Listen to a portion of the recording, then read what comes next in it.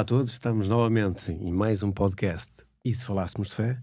Um podcast onde nós queremos falar abertamente sobre fé. E hoje vamos juntar algo ainda mais interessante, o humor. Connosco temos o Miguel Sete Estacas, que sempre me fez sorrir e ainda agora continua a fazer. E vamos falar um bocadinho sobre ele próprio e como é que ele ligou a fé e o humor neste momento. Sr. Padre, quer acrescentar alguma coisa? Quero agradecer também o Miguel ter aceito o convite, estar connosco. É um privilégio e uma alegria muito grande também estarmos aqui juntos e procurar com que este momento, esta ocasião, seja de facto de crescimento de todas as ordens. E o Miguel tem uma história de vida e uma história de superação que é profundamente inspiradora. Eu até gostava de lançar aqui o desafio. O Miguel, se calhar, podia apresentar-se e depois falar da situação de que é esta superação e como ela foi para nós e é para si e como um testemunho desta alegria também que o contagia e que nos contagia a nós. Pode ser? Olá, obrigado em primeiro lugar por este convite. É um gosto estar aqui o Padre Manuel Ribeiro que me convidou deixou-me com vontade de vir.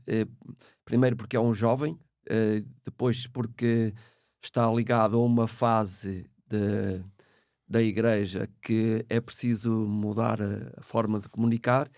E eu venho também com curiosidade de o ouvir e de perceber nos nossos dias como é que isto vai dar a volta, como é que se volta a acreditar na fé e por aí.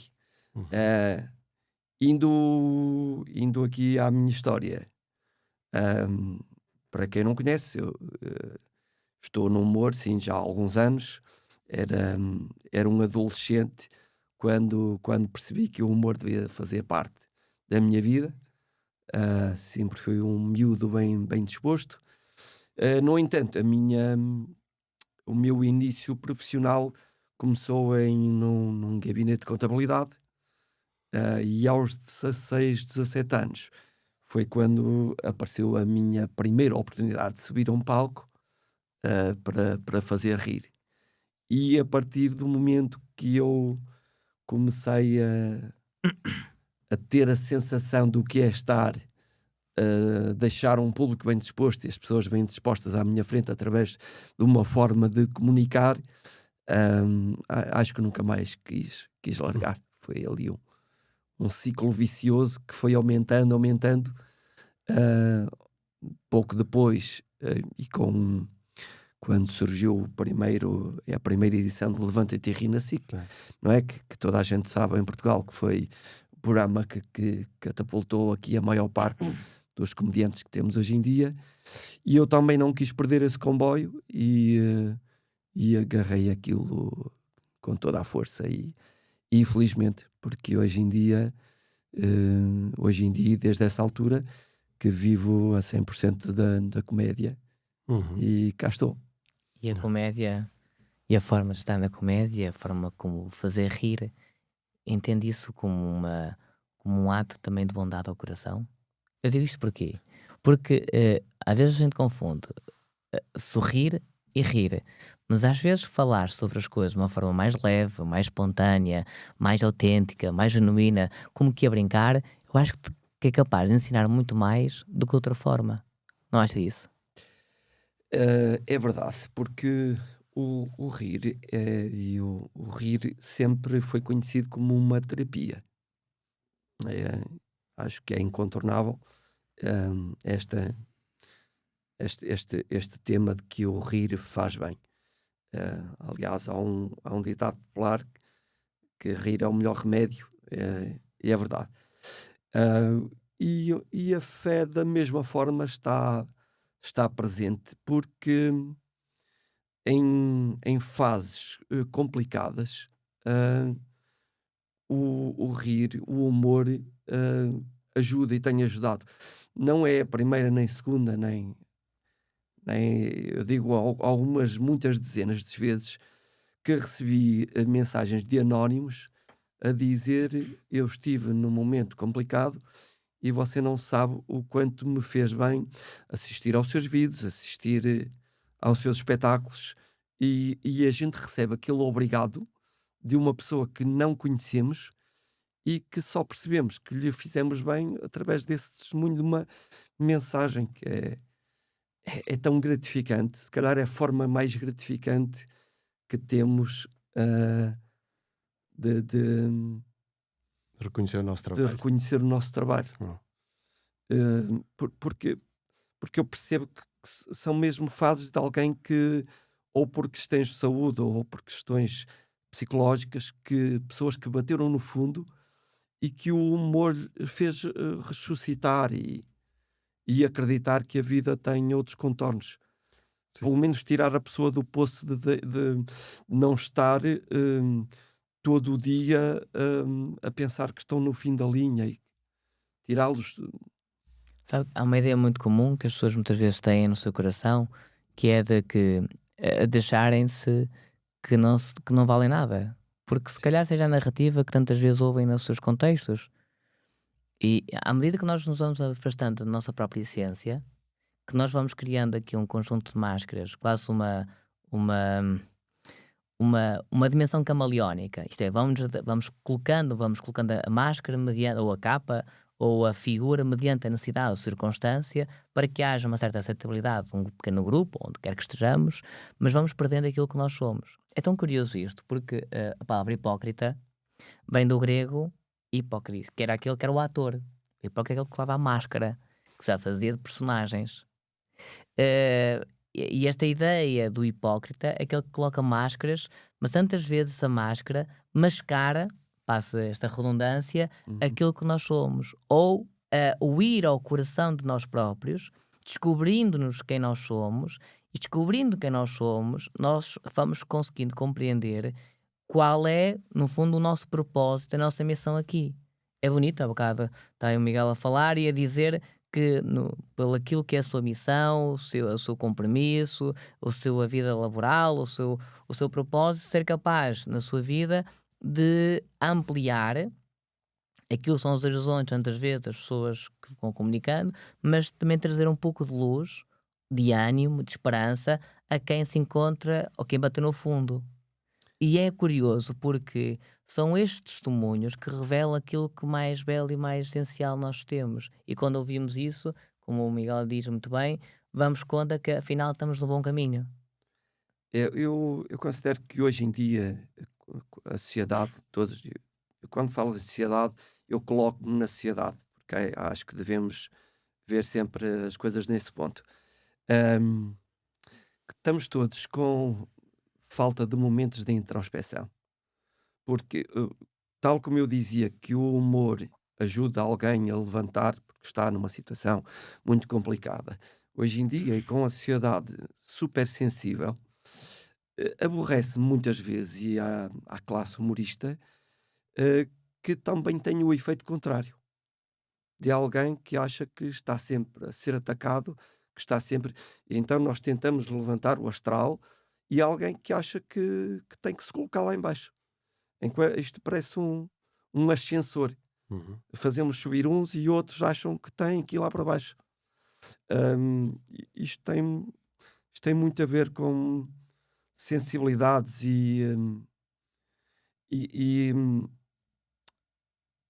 as pessoas deviam mais assumir que nós temos defeitos, que temos virtudes, mas temos defeitos e que é possível rir-se delas. Exato. Porque nos faz bem isso. A gente aceitar os defeitos, aceitar a vida normal, não é? Porque a vida normal tem tudo, não é? A vida perfeita tem os momentos bons, os momentos maus, tem a riqueza, tem a pobreza, tem tudo isso. O mundo perfeito e está aqui o padre melhor que eu para falar de tudo isso. A gente é Tem a curioso, saúde, tem a doença, o mundo perfeito é isso tudo. é curioso o que você está a dizer, porque a gente, se olhar bem, estava a falar nisso, estou aqui de repente a lembrar-me.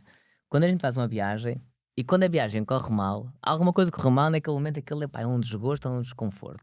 Mas no final, passados uns tempos, a gente ri-se aquele momento e o que lembra da viagem foi aquele, aquele acontecimento, né? Sim. Aconteceu com todos, não é? A gente, e é o que ficou. Mas esta capacidade de rir, e, aliás, o bocado falámos, o Papa Francisco quando teve aquele encontro mundial com os humoristas, que disse que a fé deve ser também um momento bem de rir, mas deve provocar, porque o humor é a ferramenta melhor para fazer uma crítica social a um determinado comportamento incorreto.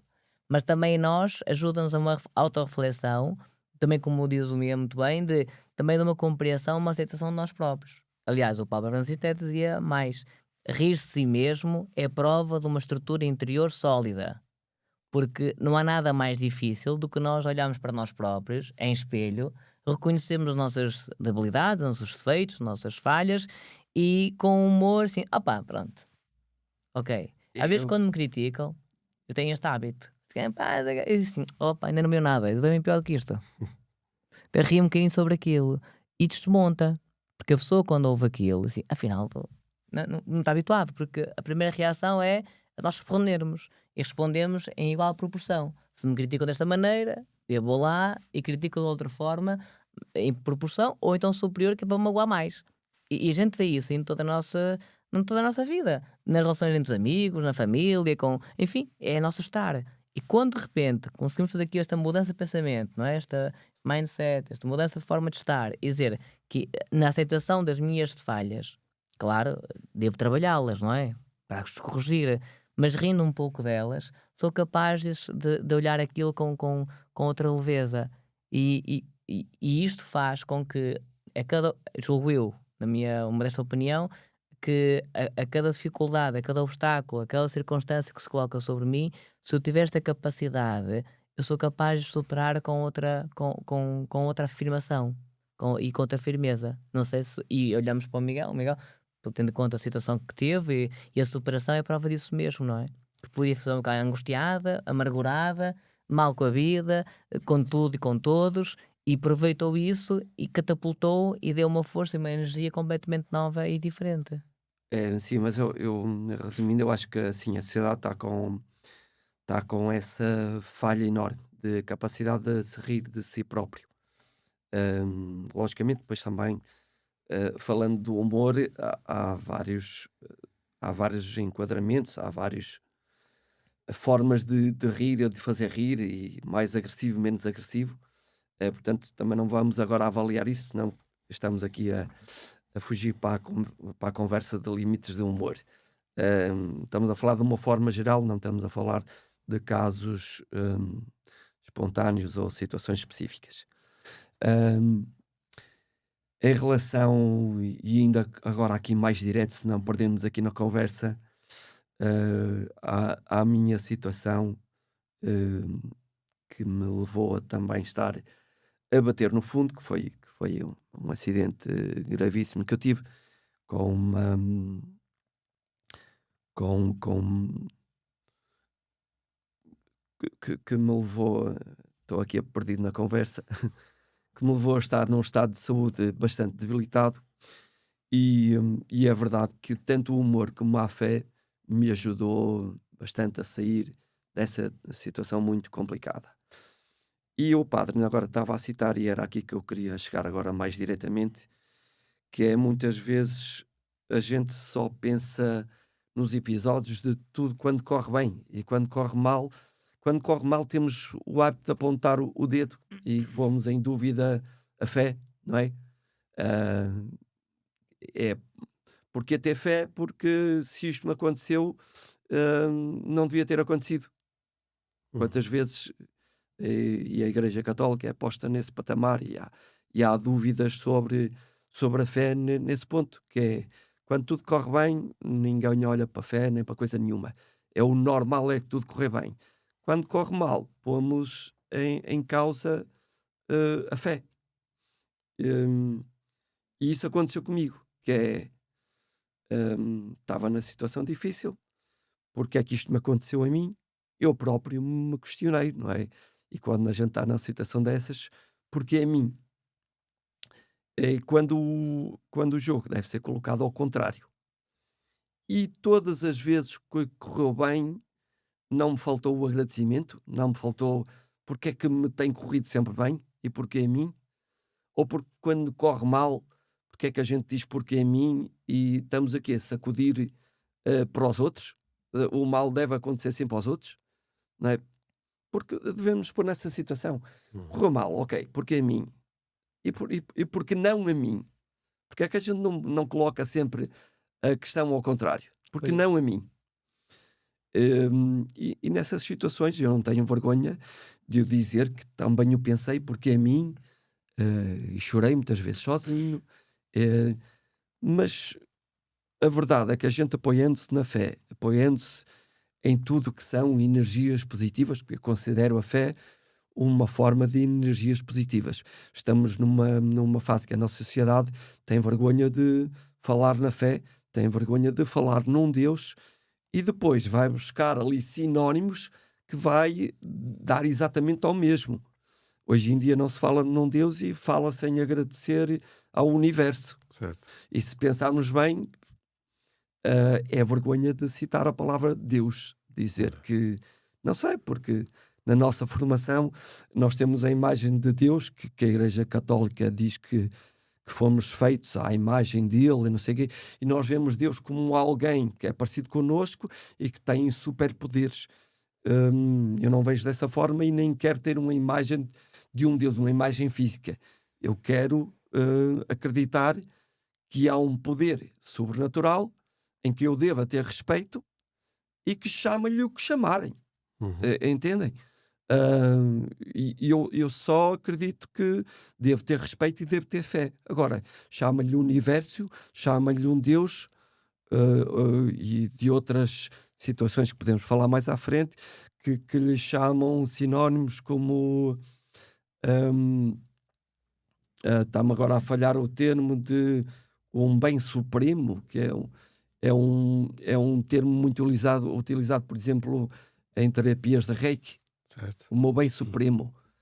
Isso não deixa de ser mais um sinónimo dessa palavra. Deus, que parece que de repente, e porque a Igreja Católica vem a passar um bocado de uma parte difícil, que eu acho que tem tudo a ver com a forma de comunicar, e o padre pode me corrigir se eu estiver mal. Acho que há ferramentas que têm que se arranjar novas de cativar através de uma nova forma de comunicar e de chegar a esta sociedade. Mas no fundo, por muito que mudemos, vamos chegar à conclusão que elas se vão unir novamente. Só há um criador. Sim. Estava a Se ouvir. quiser falar desta Posso. parte e depois vamos. Posso. Mas o que está a dizer é uma coisa importante. De facto, a Igreja tem tido mais recentemente a consciência de que é preciso ter uma linguagem que seja compreendível, compreensível e apreensível. Isto é, que seja capaz de não só de comunicar, mas quem a comunica seja capaz de acolher. Isto é tão real, da gente se olhar para a história da Igreja, desde logo na Sagrada Escritura, só um exemplo muito simples. Quando o catolicismo, o cristianismo em particular, começa a fazer a tradução, isto é, pegar textos hebraicos e começa a escrever para grego, não faz o grego próprio. O grego era, só para contextualizar, até o século II, era uma espécie de inglês daqui da época. Toda a gente falava grego, era a língua universal, não o latim. O latim vem depois, a partir do segundo século, da nossa era, começa a ser o latim. Mas até lá era o grego. E a forma como escrevem o grego, os textos sagrados, e há esse cuidado, escrevem num grego que é o grego comum, vulgar. Depois ficou com o nome de grego bíblico. Não é o grego clássico como quem escreve ao estilo de Platão, ao estilo de Aristóteles. Depois, no século IV, já no período de decadência do Império Romano, mas o latim afirmou-se como presença oral em todo o território, vamos dizer, europeu, Norte África e Médio Oriente, havia um latim muito chamado vulgar, latim vulgar, que deu o nome de Vulgata. E houve um senhor, um homem chamado, que é santo, São Jerónimo, que fez a tradução de todos os textos para esse latim. Um latim muito simples, muito facilmente compreendível, porque era muito fácil de entender isto. Havia, como acontece em Portugal, há um conjunto de dialetos, não é? Se calhar no Porto e Braga tem um estilo, Trás-os-Montes tem outro estilo de linguajar, a língua é a mesma, mas os sotaques, os tons vão alterando. Ora, se em Portugal é assim, num território tão pequeno, vamos imaginar neste território grande que era o Império Romano. Havia vários sons, mas era preciso criar um tom comum. Então criaram a Vulgata, a tradução comum. Quando cai o Império Romano, quando desaparece quase o conhecimento, porque todos os homens de saber, todos os intelectuais, todos os homens que faziam ofício foram chamados para a guerra, morreram, o conhecimento desapareceu. Tipo, um exemplo muito simples. O cimento com que faziam os romanos as construções, não se sabe como é que se faz. Mas eles faziam. O conceito de cimento nasceu lá. Mas ao morrerem as pessoas, perdeu-se o conhecimento. O que salvou alguma coisa desse conhecimento foram alguns mosteiros, sobretudo os mosteiros beneditinos, que tinham guardado esse conhecimento em pequenas bibliotecas. Porque era hábito. Quando havia uma invasão, os invasores têm este hábito de chegar, arrasam tudo, queimam tudo, destroem tudo, para comemorar um novo ciclo civilizacional. Nós portugueses fazemos igual, atenção, é assim, faz parte do nosso carisma. Chegamos lá, arrumamos tudo. E é tão verdade isso, que até quando a gente assume um lugar de destaque ou de poder, tem esta má tentação a chegar e apagar tudo para trás. Agora comigo vai ser assim. Pronto, o que aconteceu para trás não serve para nada. Agora é errado, não é? As pessoas têm capacidade de integração, que é o ideal, não é? Pronto, mas o conhecimento, ao ficar localizado nos mosteiros, nos conventos, e é por isso que São Bento é o padroeiro da Europa, São Bento começou a criar mosteiros pela Europa e com isso escolas. Começou a voltar a ensinar as pessoas, a ter instrução. E repara, copiar livros era uma vida. Era o trabalho de uma pessoa por uma vida inteira. Os copistas. Agora imaginai este trabalho bonito que a igreja teve para levar o conhecimento às pessoas. Isto tinha a propósito da Vulgata. São Jerónimo a fazer a Vulgata. Repare, primeiro não havia papel, eram os papiros, ou com pele de ovelha, de cabra, de curtida, que iam escrevendo. A tinta era difícil de encontrar e não havia corretores, nem para pagar. Eu tinha que fazer de forma minuciosa, sem equívocos, sozinho. Foi um trabalho de uma vida. Ele era uma ermita. É uma coisa, a gente, se um dia fomos a Roma, Caravaggio fez uma tela dele, que é uma coisa interessante, profunda, porque ele foi convidado a ser cardeal, eu não quis nada, um homem livre, e que muitas vezes tempo parece um cão junto dele. O cão, quando aparece numa tela, significa lealdade, fidelidade. É esta a visão que a igreja procura também criar. Pronto. Então isto para dizer o quê? Há uma tentação, uma tendência de fazer com que a linguagem seja comum. E a igreja já se reparou nisso.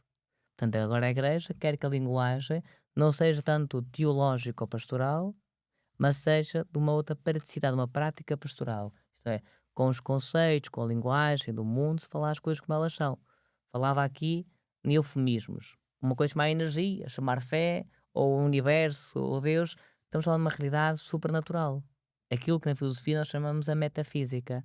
Tudo que pai na ótica da metafísica, isto é, para além daquilo que é o físico, nós demos-lhe um nome. Podemos chamar como o Spinoza, uma mônada, não é? Ou chamar o arquiteto, enfim. Ou chamar o Theos, que é a palavra grega, Deus, que é alguém que supra a nós. Mas isto não falar de Deus é, de alguma maneira, isto tem uma razão própria. Não, isto não nasceu do acaso. Os chamados filósofos suspeita fizeram, no final do século XIX, século XX, fizeram esta construção do pensamento humano. Tem Marx, o Hegel, o Nietzsche. Isto é a construção do homem como superação de si próprio. Porque quando começamos a olhar de alguma maneira sujeitos a uma entidade superior a nós vamos criando a sensação de opressão. Tenho que fazer isto que ele está a olhar para mim, porque ele vai me condenar, vai me julgar, vai fazer coisa.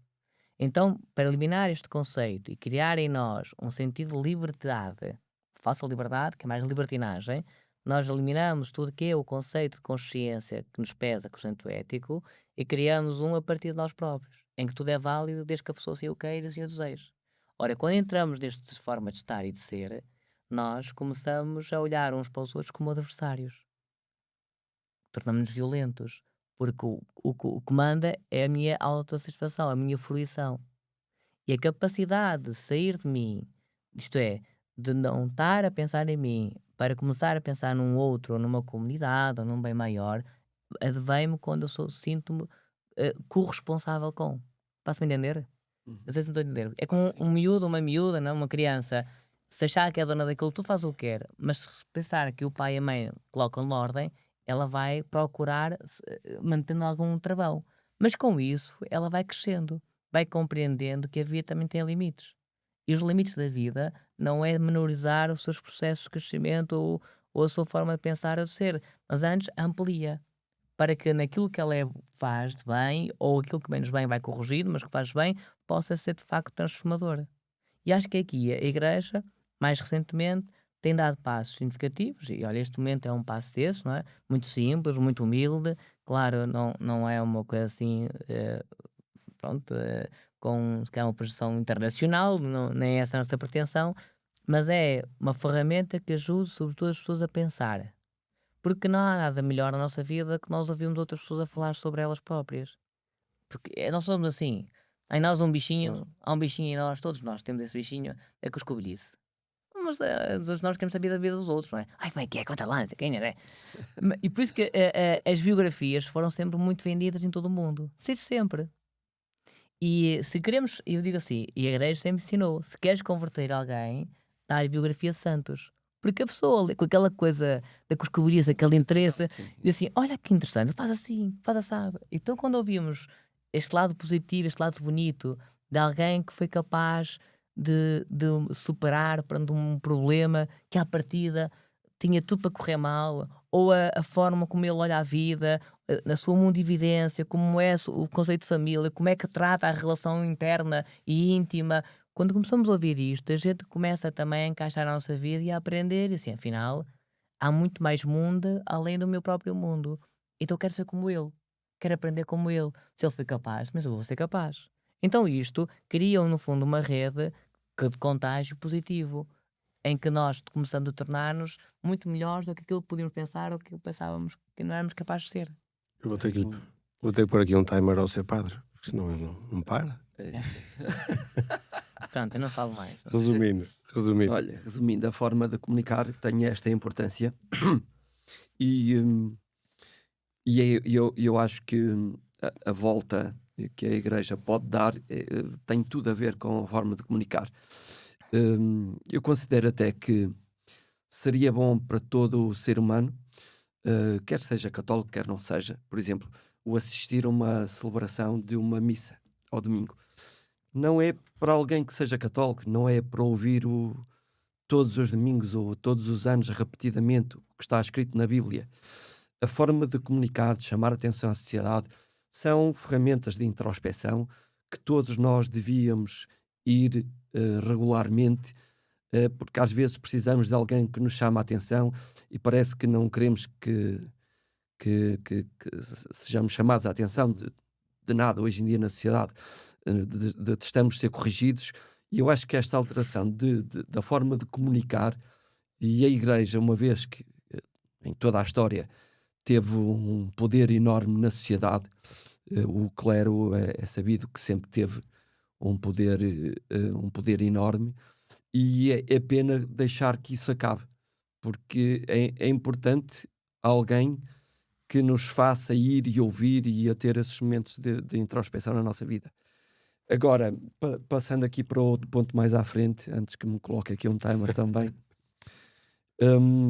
há uma parte também de confusão de muita gente entre o que é energia, porque é uma coisa muito físico, ou que se reflete na física, e a fé. E um dos momentos que eu passei, e porque estive 5 meses, 5 semanas, desculpa, em coma induzido, e aquela saída do coma é uma fase complicadíssima. Foi a fase que eu mais sofri, foi a fase que me deixou baralhado entre a vida real e a não real. Ah, quando, por exemplo, numa unidade de cuidados intensivos no hospital, vocês não fazem ideia o que um profissional, um médico ou um enfermeiro passa, porque estão a lidar com seres humanos e que estão de certa forma inconscientes e que têm atitudes de difícil tratamento, como são violentos, como são agressivos a nível de linguagem, a nível de tudo, e esses profissionais de saúde a quem eu passei a fazer a vénia sempre, eles têm um dia a dia complicadíssimo. Nessa minha fase, em que eu tive alta em setembro, portanto eu fui internado a 9, 10 de agosto e tive essas 5 semanas. No final de setembro, diziam os médicos à minha família que eu voltaria para casa só depois do Natal. Era impossível para irem para irem Não contarem com isso. não contarem que eu voltasse a casa e dizer à minha família mais próxima que a realidade seria essa. Para surpresa de toda a gente, eu no final de setembro estava em casa. A recuperação, agora não me...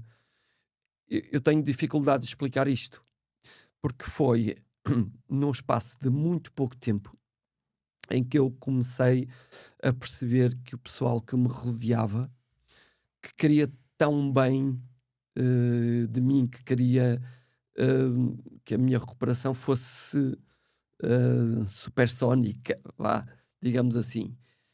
E numa fase ainda meio inconsciente, eu começo a receber visitas e começo a receber mensagens que vinham de fora, de gente que me queria bem, de dezenas ou centenas de pessoas que me queriam visitar. Eu não dou muito valor à visita física, porque há muita gente que tem dificuldade de ver uma pessoa que está mal, que está debilitada, que eu tinha bastantes marcas visuais no rosto. Portanto, eu não valorizo demasiado a visita física, porque há pessoas que têm dificuldade de lidar com isso. Mas para mim a visita conta uma mensagem que chega através de alguém, que chega através de um telemóvel. Para mim é isso que vale. É a vontade de dizer: eu estou cá, eu estou a apoiar-te, eu estou deste lado contigo.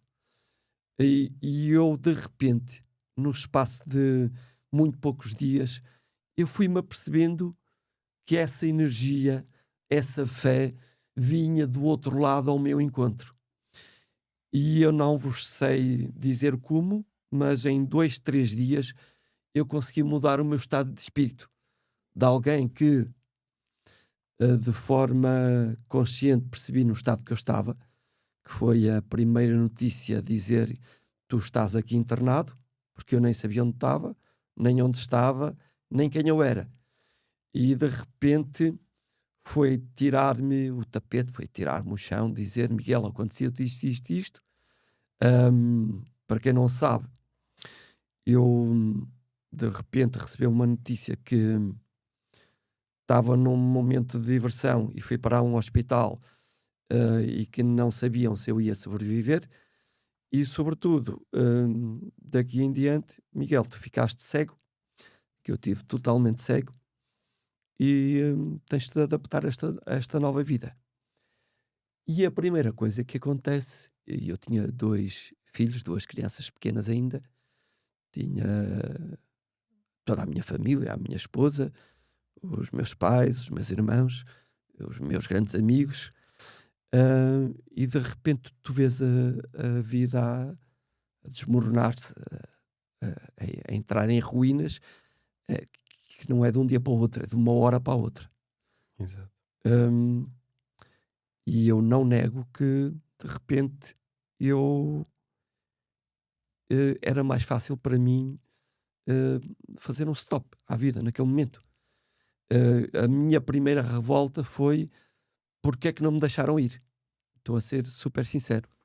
era mais fácil naquele momento, e o meu primeiro pensamento foi: eu vivi a fase melhor da vida de um ser humano.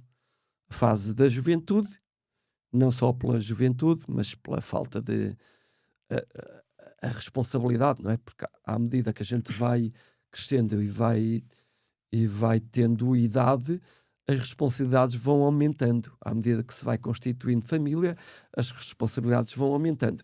Portanto, eu teria vivido a fase mais feliz da minha vida. A juventude, lá está, a meia responsabilidade. A nível profissional, foi sempre a crescer até ali. Estava já num patamar que para mim achava que era super confortável. Aliás, era tão confortável que eu achava que jamais no humor ia chegar ao patamar que estava, ao viver, a fazer palcos, a fazer já os teatros que eram dos meus sonhos, a estar a fazer televisão, a fazer desafios para a rádio, por aí fora. Portanto, eu não queria mais do que isso na minha vida. E de repente, fazer um stop na nossa vida, quando tudo para trás era maravilhoso, porque viver para a frente quando a partir daqui se calhar vai ser sofrer? Portanto, o meu primeiro pensamento foi: porquê não me deixaram ir? Hum, Mas o sofrimento era seu ou com medo de sofrer também quem está à sua volta? com medo de sofrer, porque eu acho que o pior que há num final de vida não é terminar a vida, porque é a realidade do ser humano e todos nós sabemos que vamos mais tarde ou mais cedo. E eu acho que não estou enganado, se pensar que o que todos nós queremos é não acabar a sofrer. Porque existe o tal termo da morte santa. Teve uma morte santa. E é o que é a morte santa? É terminar a vida sem sofrer. Muitas vezes temos uma morte num acidente trágico. E o que às vezes que nos conforta é, pelo menos não sofreu. Verdade? Exato. É isso que a gente pensa muitas vezes. Ou então aquele que teve uma morte lenta e sofrível foi, coitado, Foi uma Deus caridade. que o leve, Foi uma porque caridade e tal, que veio embora, foi uma caridade. não merecia estar cá tanto tempo. Uhum. E às vezes isso vem como conforto quando é o fim de vida. Alguém, por exemplo, que tem um problema de saúde que se arrasta. Aquela pessoa já não está a viver, está a sofrer. E às vezes é um conforto para a família. Olha, tenho pena, logicamente, vou ter muitas saudades, mas ainda bem que foi, Sim. porque ele estava a sofrer muito. Portanto, isso aconteceu comigo. O que é que me levou a dar a volta? Foi eu sentir precisamente uh, todas essas mensagens. Eu não sei explicar fisicamente, mas psicologicamente eu senti que chegaram até mim forças de superação que vieram de fora, que foi: Miguel, a vida não é como tu queres, a vida é como é. Agora, tu queres passar a vida a massacrar-te e a dizer não vale a pena viver porque fiquei condicionado, não vale a pena estar aqui porque o melhor está para trás. Não. O melhor depende do que a gente construir para a frente. Continua a estar nas nossas mãos. Perfeito? Não é perfeito. Mas é o nosso mundo. E contrariando um bocadinho o que eu estou a dizer, o mundo perfeito é mesmo isto. É viver o bem e o mal, é a saúde e a doença, é os melhores dias e os piores dias. Isso é que é o mundo perfeito. Uhum. E eu faço parte dele. Portanto, estava nas minhas mãos querer que ele fosse mais ou menos perfeito para mim. Outra coisa, a responsabilidade.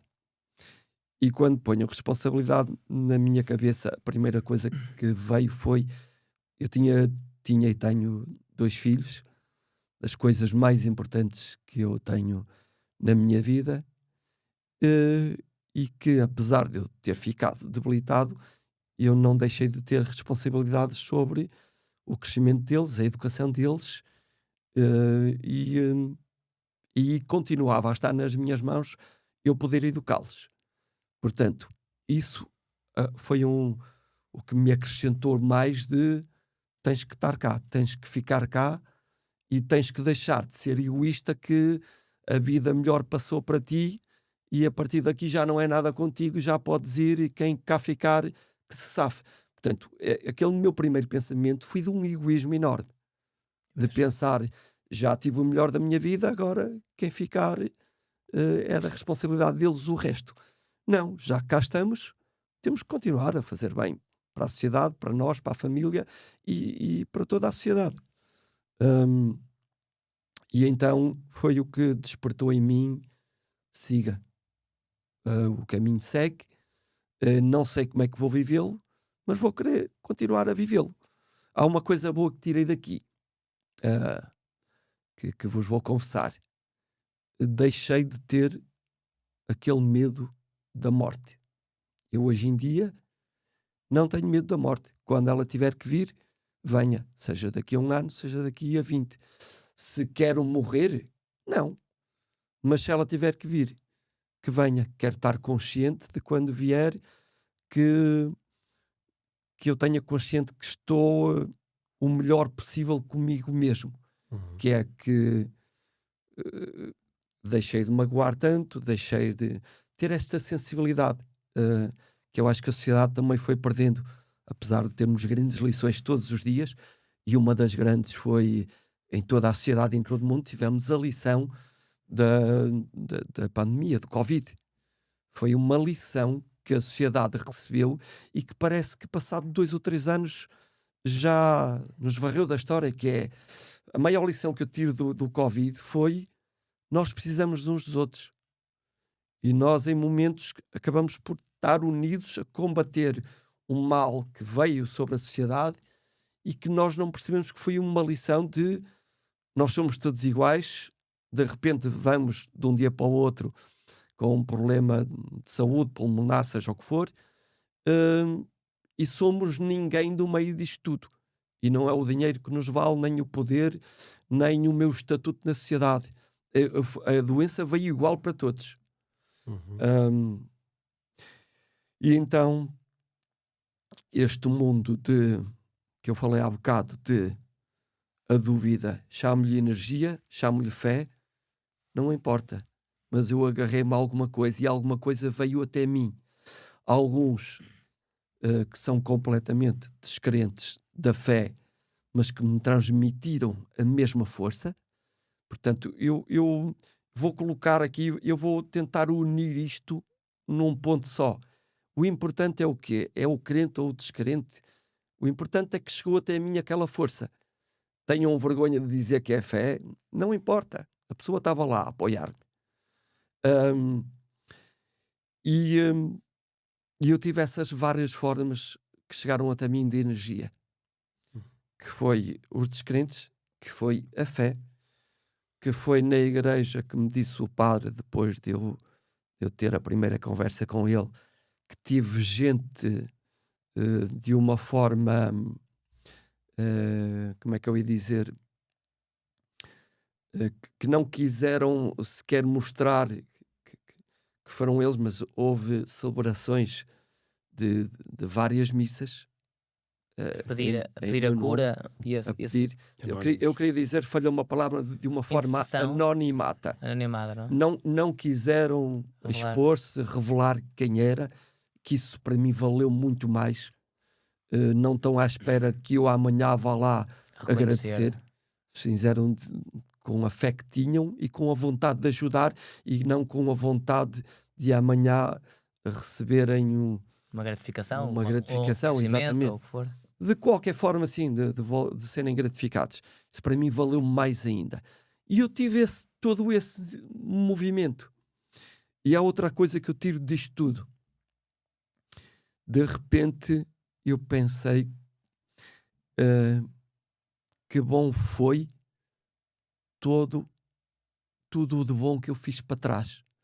Todas as amizades que eu tive, todo o tempo que eu achava que eu chamava-lhe, todo o tempo que eu perdi a ajudar o próximo, que isso é uma frase que eu nunca mais a disse, foi perder tempo a ajudar isto. Não, nunca é tempo perdido. E vai daqui a frase de fazer amizades, não há limite para fazer amizades. Façam-nas sem estar à espera que o amigo vos retribua, porque um dia isso pode ser retribuído. Uhum. E às vezes não é diretamente. Eu, quando ajudo alguém, não devo estar à espera de ser retribuído pela mesma pessoa. Isso. Eu vou estar à espera que isso mais tarde, em julgamento, que eu venha a ter benefício com isso. Agora, se eu ajudo o padre, eu não vou estar à espera que o padre, um dia, que vá estar doente, para eu ir mandar uma mensagem ao padre. Não, eu não quero que ele esteja doente. Eu Certo. quero ajudar toda a gente para um dia a sociedade em geral me ajudar a mim.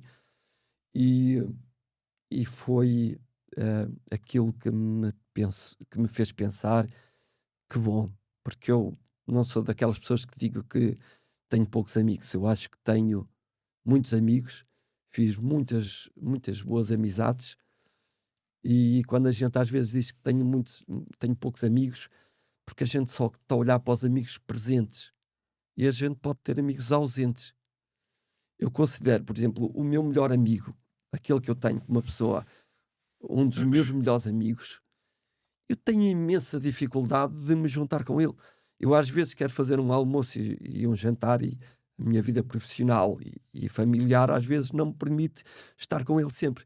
Às vezes eu chego a jantar com ele só de 3 em 3 anos e não deixa de ser o meu melhor amigo. Uhum. Portanto, não é a forma presencial que define quem é a boa ou uma Oh, má amizade. Hum, mas a forma genuína como estamos perante ela, não é? sim, portanto, essa fase da minha vida tocou-me muito na consciência, tal como o contrário. Eu não estou aqui para dizer que só fiz boas amizades. Eu sou um ser humano que já fui ingrato, que já fui, já, f- já magoei. O importante é quando a gente o faz, que tenha a sensibilidade de saber pedir perdão e saber pedir desculpa. Parece que são palavras simples. Um obrigado e um desculpa parece que às vezes custa tanto, e são frases tão importantes hum, na- nas nossas vidas. A vida das pessoas. Hum, e então, de uma forma resumida, aquilo que veio até mim foi a parte mais importante para eu sair da minha situação, tanto física como psicológica. Porque, e os médicos falam muito disso, de, daquela energia de um doente que está numa situação muito crítica, de ter um familiar muito próximo, uma amizade muito próxima, que esteja naquele momento difícil a falar-lhe ao ouvido, mesmo que a pessoa às vezes está em coma, há ali um consciente que nos está a dar ouvidos, e o quão é importante esse doente estar acompanhado de alguém, uma mão a apertar às vezes num momento desses, e aconteceu comigo, é bastante mais confortável e bastante mais positivo do que ouvir chavões, que hoje a sociedade, hoje em dia com as redes sociais, temos tanta frase bonita que parece bem dizer isto e aquilo. Não, às vezes o toque daquela pessoa especial que está ao nosso lado e que nos está a agarrar e parece que nos está a segurar-nos para esta vida, que é: está cá, eu estou aqui, estou presente, estou contigo, não importa o que vem pela frente, eu estou aqui. E tudo isso foi super importante para mim, e a fé foi importante. Eu sou uma pessoa de fé. Ah, eu, quando falo em fé, é acreditar. E falamos naquilo da vergonha da sociedade hoje em dia, de eu sou católico, não sou católico, mas sou praticante, não praticante, que aí já vamos para outros campos também, não é? O que é ser praticante ou não ser praticante?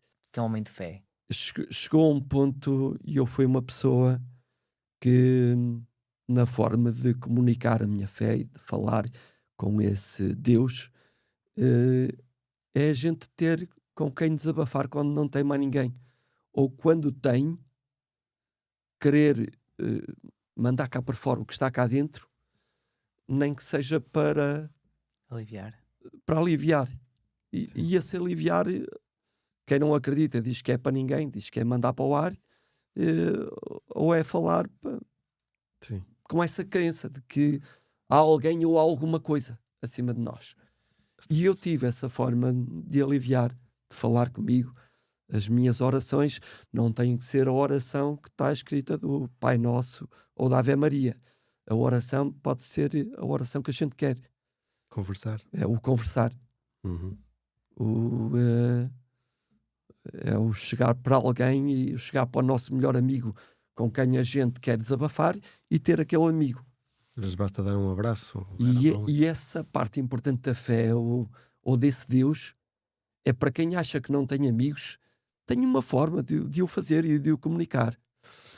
E ainda por cima, como eu tinha os meus filhos muito pequenos, é verdade que eu me agarrei muito a uma forma de comunicar com Nossa Senhora. Para mim foi... E porquê? O que é que eu via naquela altura? Eu via como uma mãe. E eu estava numa posição de ter filhos e ter que os educar e ter que saber lidar com essa situação.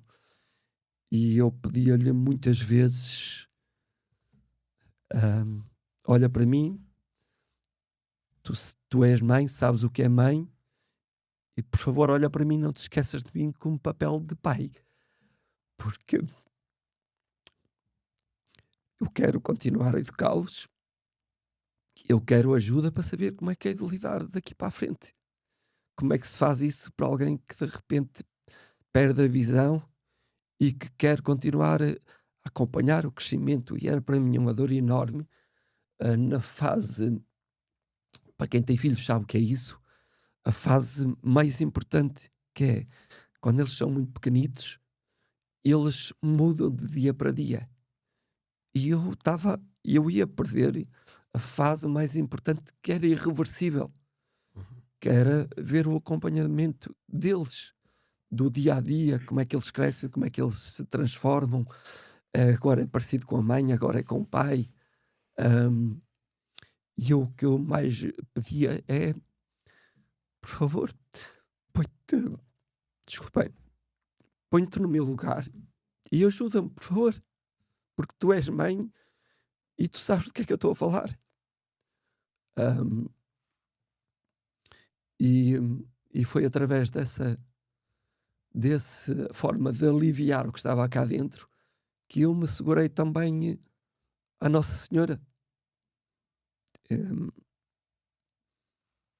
E agora vamos falar de crenças ou deixar de acreditar ou não. Estava lá, não sei. E porque eu acho que... E eu sou uma pessoa que acredito... Eu acredito também nas energias, quando as pessoas têm vergonha de falar na fé. Eu acredito na energia porque ela existe. Porque ela fisicamente, ela também nos ajuda e também nos transforma. E a medicina fala disso. Haverá uma forma de converter uma na outra? Eu acredito que sim. Porque quando nós somos demasiado positivos, isso vai nos ajudar a superar. E a nível físico, e a minha recuperação teve muito a ver com isso também. Houve toda uma emoção que mexeu em mim e que eu acredito que foi fundamental também para a minha recuperação física, emocional também, mas física foi importantíssima, não tenho dúvidas. E quando os médicos falavam: esqueçam família porque o Miguel só daqui a 4 meses é que volta à casa, e de uma forma inacreditável para eles, eu passado 15 dias depois dessas palavras, eu já estava com alta médica, já estava no meu lar. E foi tudo um acreditar. Pode acontecer, vamos acreditar. Eu tenho gente lá fora a apoiar-me e porque é que eu estou aqui com lamechices? Vamos embora, é com eles que eu quero estar a partir de agora. No fundo, a energia de todos, acreditas que te ajudou a recuperar? De todos. E por isso é que eu acabo por acreditar que vamos fundir isto. nos crentes, nos não crentes, Uhum. na fé, na energia, Para mim não importa a forma de comunicar. O importante é que chegamos todos a bom porto. Certo. E depois o humor teve para mim uma parte fundamental, que foi a parte de maior sofrimento, passar aquilo com toda a leveza possível. E eu soube que agora a seguir a mim o próximo podcast é com o Fernando Rocha, que foi um desses elementos, como meus amigos na comédia, que eu tive todo um grupo de comediantes amigos, porque para mim eles estão no mesmo pacote, basicamente todos, que se uniram de uma forma, eu não digo surpreendentes, que eu no fundo estava a contar que eles fossem assim comigo, mas ao ponto de, por exemplo, de criarem um grupo só para não incomodarem individualmente a família com aquela pergunta sistemática que todos eles estavam curiosos, saber se eu estava melhor. Criaram um grupo e nomearam um responsável para que uma pessoa só comunicasse com a minha família e levasse a informação para fora. Portanto, foram a esse nível de sensibilidade. E o Fernando Rocha foi um dos que está presente. E o que é que fez aquele eu ele chamado desgraçado de uma forma simpática. Ele, como durante eletricista, ele conhecia todo o Hospital de São João por dentro. E então, mal ele soube da minha situação e mal soube que eu recebia visitas, ele foi dos primeiros a aparecer, dos primeiros comediantes a aparecer para me visitar, onde me foi negada de início a visita, porque era só para familiares, visitas mais restritas, etc. Então o que é que ele faz?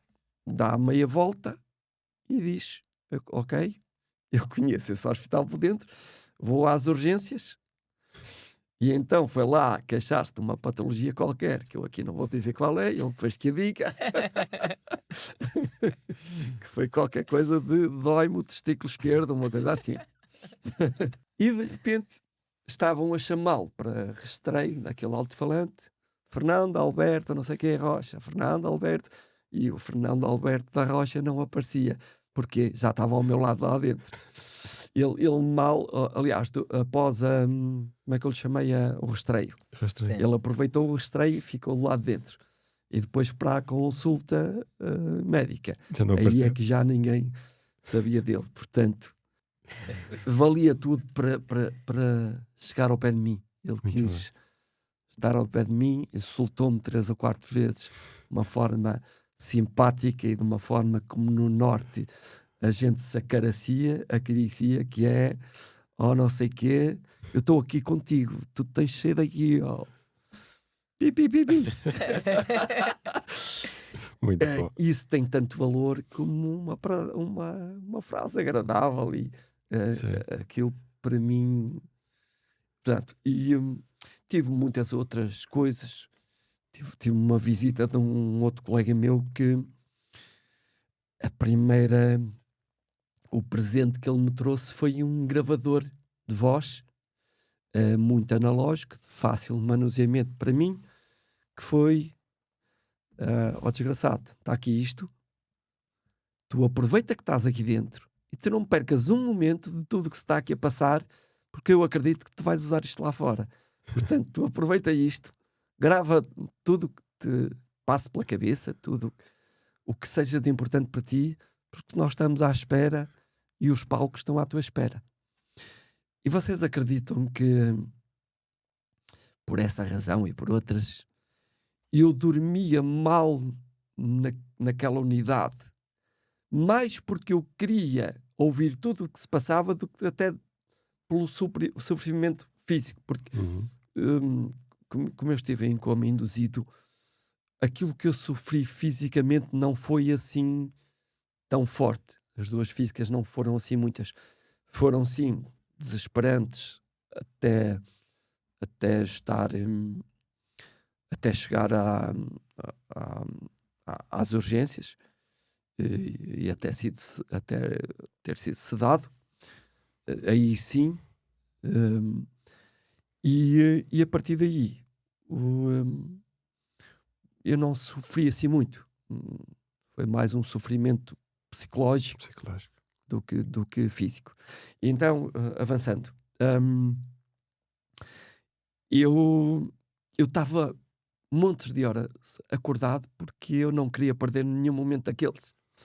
E eu registrei tudo que eu achava que era importante e os humoristas trouxeram-me mais um acumular de energia que foi, além da recuperação e além de eu quero estar com a minha família, foi eu quero retomar a minha profissão que tanto adoro.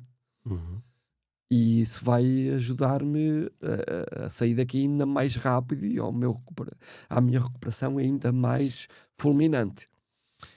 E a verdade é que eu comecei a ter esses apontamentos e mal eu cheguei a casa, a família sim, mas eu já sabia que eles estavam do meu lado. Olha, quando é que vamos tratar aqui já do meu primeiro espetáculo? Calma, Miguel, tu ainda tens aqui vários passos de recuperação pela frente. Ok, mas vamos já tratar disso. E tive toda a gente a ajudar. Eu passado um ano e meio, ao contrário que tudo esperava, eu estava a pisar os primeiros palcos. Tive toda a gente comigo, toda a gente a apoiar-me. O Rocha, mais uma vez, foi um dos elementos que, como tinha uma produtora, disse: ok, estamos contigo e vamos começar já da melhor forma. Vamos te colocar nos melhores palcos do país e em alguns dos melhores palcos internacionais. E através da empresa dele, ele disponibilizou-se para iniciar logo com uma tour em Portugal, os 2 coliseus, Porto e Lisboa, e internacionalmente fui logo com ele para a Europa e para os Estados Unidos e Canadá também, onde lá pisei dos melhores palcos do mundo.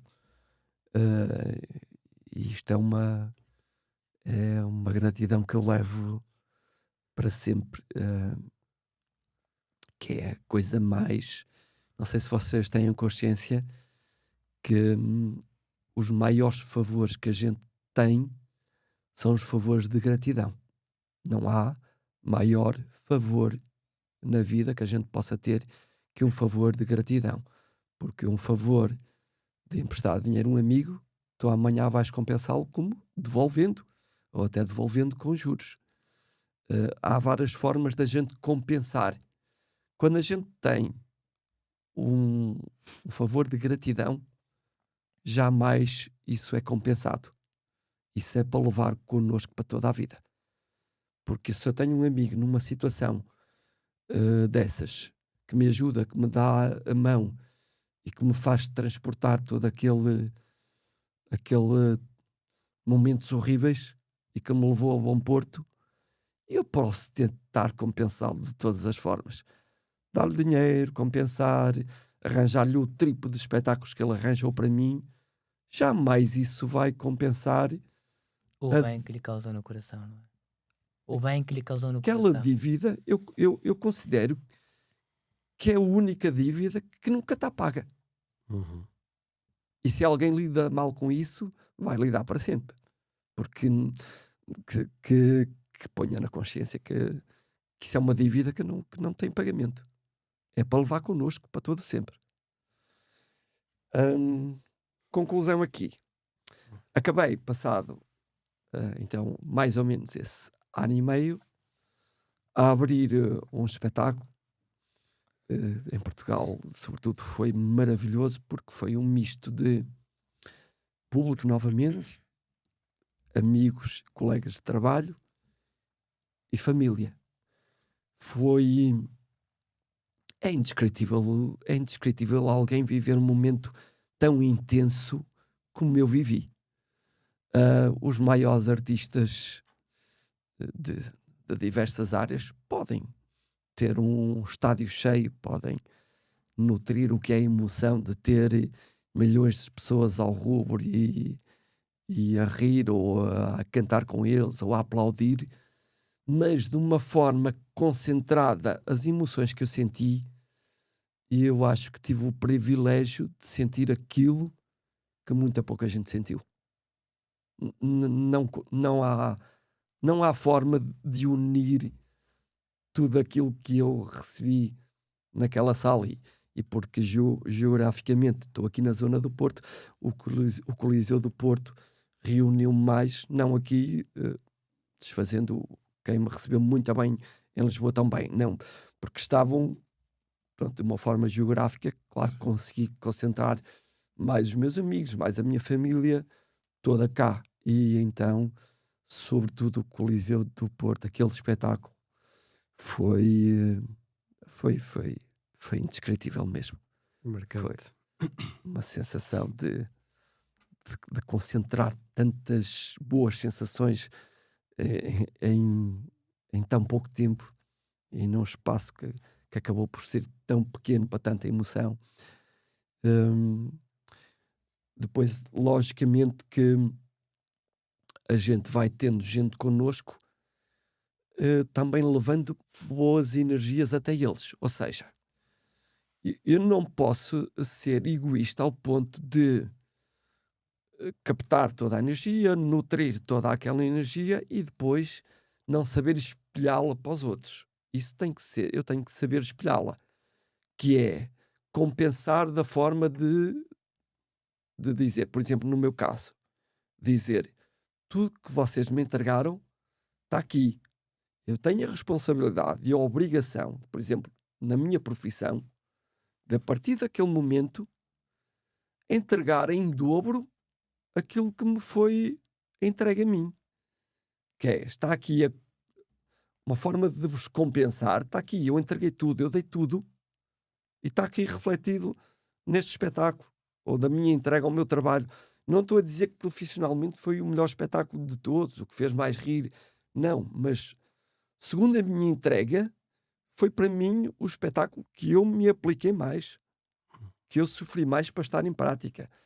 E vocês são responsáveis por estar aqui, portanto, eu tenho a obrigação de criar um troféu e entregar-vos esse troféu a vocês. O mérito não é meu, o mérito é vosso. Fizeram tudo para eu agora estar aqui. Entendem isso? A forma de compensar não é só física, não é só... há várias formas da gente compensar o bem que nos entregam. E como é que isso se faz? De várias formas. Trabalhando, aplicando-se. E o humor tem a capacidade de trazer leveza nisto tudo. Por exemplo, eu tendo ficado muito danificado a nível de visão, como vos disse, cheguei a estar totalmente cego. Atualmente tenho muita baixa visão e um dos problemas que me afetou na altura foi na retina. Foi da retina, que ficou de uma forma praticamente irreparável, e que hoje em dia ainda tenho fé que vai ter recuperação. E eu peguei naquele espetáculo e que nome é que eu vou dar a isto? E o nome que eu chamei àquele espetáculo foi Fugir à Retina. que é uma forma de dizer eu tenho este problema, mas eu vou saber lidar com ele. Eu vou brincar com ele e para a prova disso, aqui está. É o problema mais grave que me vai transportar, se calhar, para toda a vida, Certo. mas vamos lidar com ele com leveza. E a prova disso sou eu primeiro a brincar com a minha condição. Aqui está, Fugir à Retina, o nome do espetáculo. Ah, tu és maluco? Pá, se calhar sou. Mas aqui está. E dessa forma também transmitir-lhes e transmitir à sociedade, cá estou eu para brincar com o assunto. Estejam à vontade. Muitas vezes me perguntam, olha, e falar deste assunto, podes? Claro, eu fui o primeiro a abrir o livro, claro que sim. Logicamente que há algumas fronteiras de respeito. Pronto, mas eu acho que não vou falar nisso agora, senão alongamos aqui. Que é quem fala, de que forma fala, mas de uma forma generalizada. Eu até agradeço que brinquem com a condição, Exato. que brinquem comigo, porque eu acho que isso acaba por ser eh, trazer-me proximidade com essa pessoa. Uhum. Quando eu dou essa liberdade e a pessoa brinca comigo, acho que a gente se torna mais próximo, mais, não sei, Mais íntima. mais íntima. Isso é muito bom. Eu fiquei colado na história, porque de uma forma consegues levar leveza ao problema e às vezes até brincar mesmo com o problema.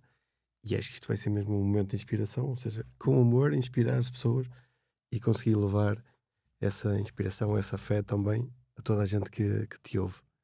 É brutal esta. E outra coisa que é a gente tem que e deve fazer para a sociedade, fazer chegar os nossos sentimentos através de ações.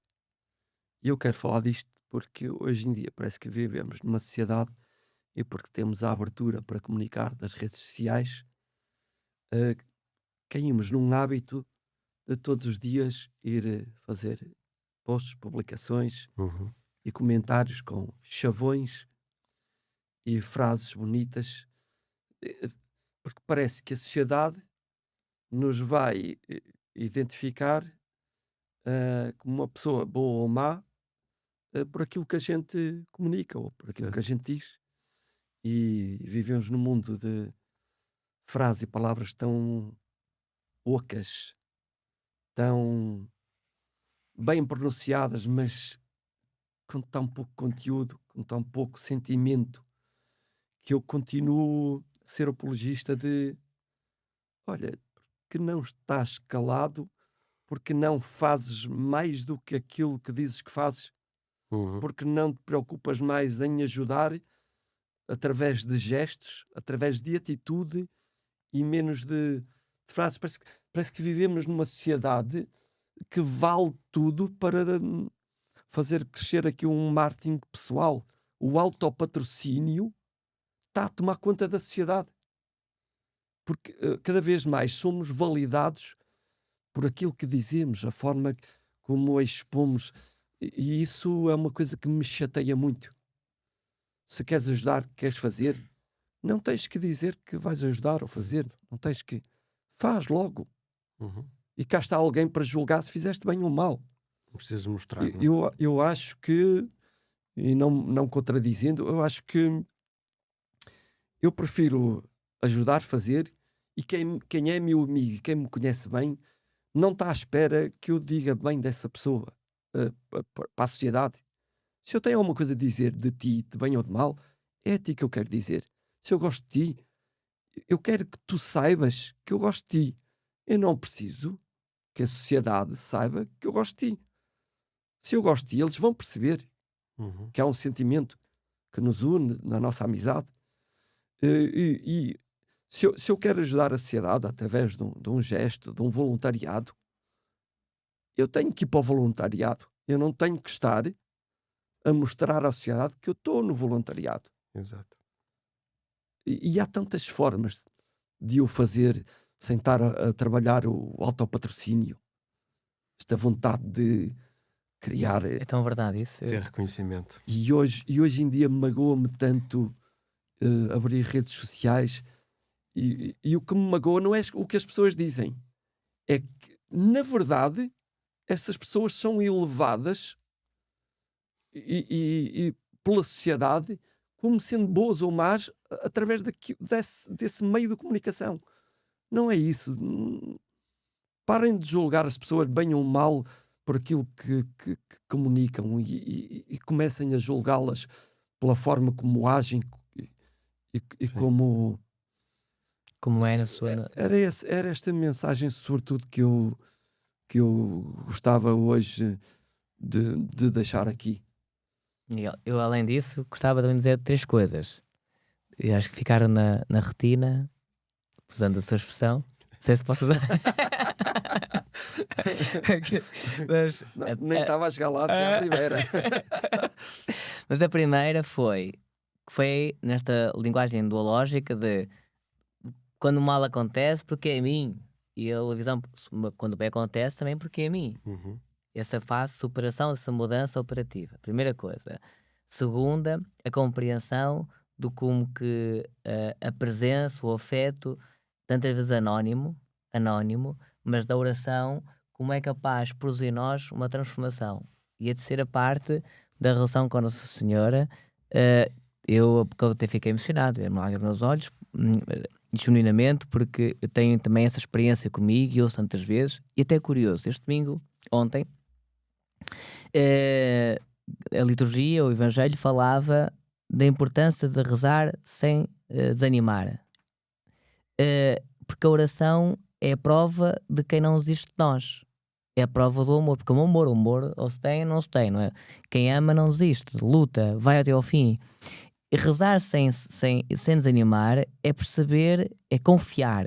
E é tão bonito isto porque a gente olha e consegue compreender se há ser à face da terra que nunca existe de nós, é uma mulher. Pode ser a mãe, pode ser uma esposa, pode ser uma avó. E elas não largam, estão ali. Tuca, tuca, tuca, tuca, tuca, tuca, tuca, tuca. Eu tenho um caso, um amigo meu que é padre, que perdeu-se na droga, no mundo das drogas, mas a mãe não desistiu dele. Ele dizia com muita beleza: toda a gente se afastou, toda a gente desistiu de mim, mas a minha mãe nunca desistiu de mim. E isto é tão bonito porque a gente olha para a nossa própria vida e vemos isso mesmo. E por isso a nossa ligação com a Nossa Senhora é tão profunda porque reconhecemos que ela nunca desiste de nós. E depois aqui a quarta nota da retina, como terminou, é percebermos que não é preciso fazer folclore ou publicitar aquilo que fazemos, mas porque a gratidão é tanta, por tanto que recebemos, que não conseguimos cobrar, até retribuir em igual proporção, faz com que nós nos posicionamos na nossa vida, nos colocamos na nossa vida em permanente atitude de gratidão. E como somos gratos, fazemos, construímos, deixamos sempre algo bonito. E não nos vangloriamos. E aqui entra uma virtude que eu escasseia, que é a humildade. Não nos empoderarmos, não nos embandeirarmos, não ficarmos com pavões, não é? A exibir o que fazemos ou o que somos, mas na humildade de ver no sorriso, na alegria da outra pessoa que nos enche o coração. Eu acho que essa mensagem final eu guardei na retina, essas 4 informações, que qual muito agradeço e que muito aprendi. Sim, porque Obrigado. nada, porque eu considero que nós devemos pensar muito sobre tudo que são as nossas falhas, os nossos defeitos. Eu gosto de pensar dessa forma. E se alguma vez não o tiver a fazer, tenho consciência que estou a fazer mal. Que é, todos os nossos defeitos devemos ser nós a expô-los. Eu falhei, a tal situação de pedir desculpa, de errei. E as virtudes, nunca devemos ser nós a falar das nossas virtudes.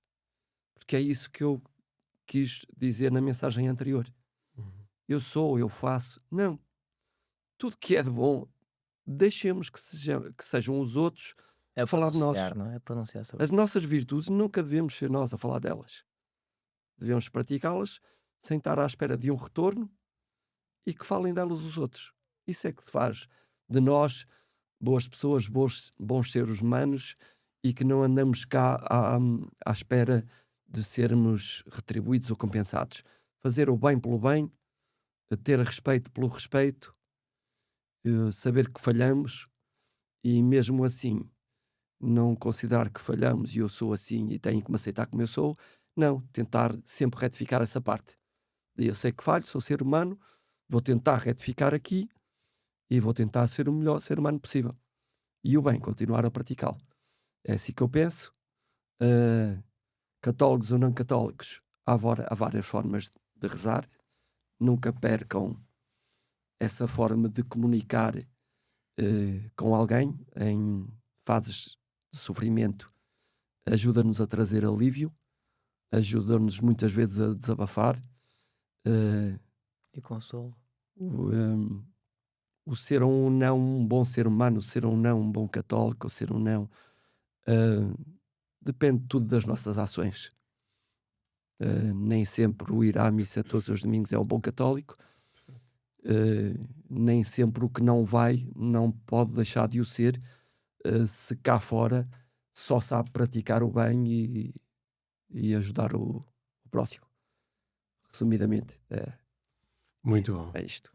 Miguel, quero-te agradecer imenso por esta partilha. Não conhecia esta história, este teu lado, e é muito bom perceber também o que é que está por trás do humor e o que é que te levou a mudar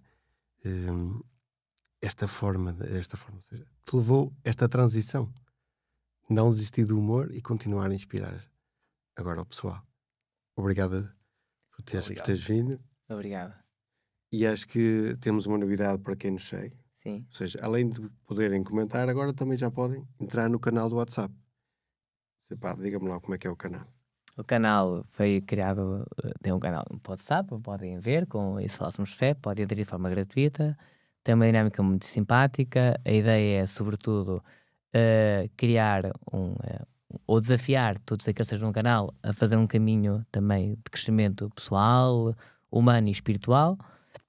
A dinâmica é muito simples, à segunda-feira vem o Evangelho, o domingo seguinte, ou seja, o domingo próximo, quarta-feira é uma pequena reflexão, muito simples, depois na sexta e sábado as pessoas no grupo são convidadas a achar que aquela palavra que entrou no coração é quando possam fazer um momento de partilha. E depois nós encontramos-nos mensalmente, presencialmente ou de forma digital, mas é um meio para que também cada um de nós também trabalhe, como vai ao ginásio trabalhar a parte física, possa também trabalhar a parte espiritual, para criar aqui num conjunto ferramentas, percepção e compreender-se, porque aliás a oração não é para mudar a vontade de Deus, como dizia aqui, não é para a oração muda o nosso coração.